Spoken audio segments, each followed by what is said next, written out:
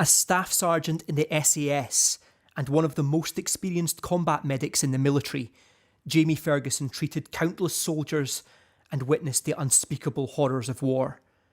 But these layers of trauma eventually opened a wound he could not heal.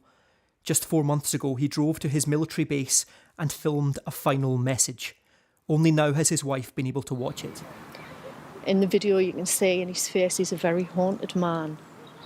That's not somebody I recognised as my husband and the father of my children and the decent human being that he was. It was like a hollow shell. Really, that was tough. That was tough viewing. Before he took his own life, Jamie also had a message for the army, and Sammy now wants answers. He states that he asked for help and they didn't listen and they didn't understand. The army? Yes.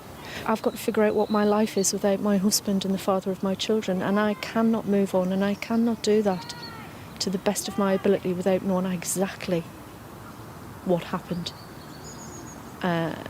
when my husband asked for help.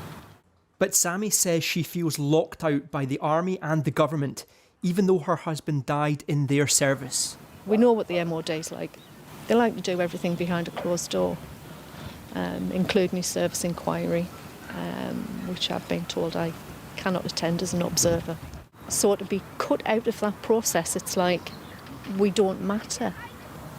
But in the meantime, they have to understand that we as families are left in limbo and it's torturous. The MOD told us they have increased spending on mental health and offer a 24-hour hotline.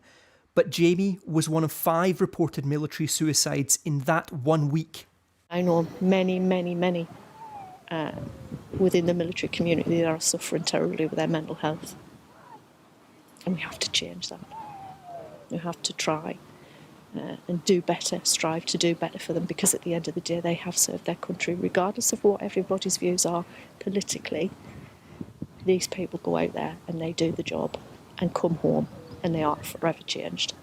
Sammy wants Jamie's story to instigate change, so protection for soldiers' mental health is taken as seriously as the protection they're given in battle.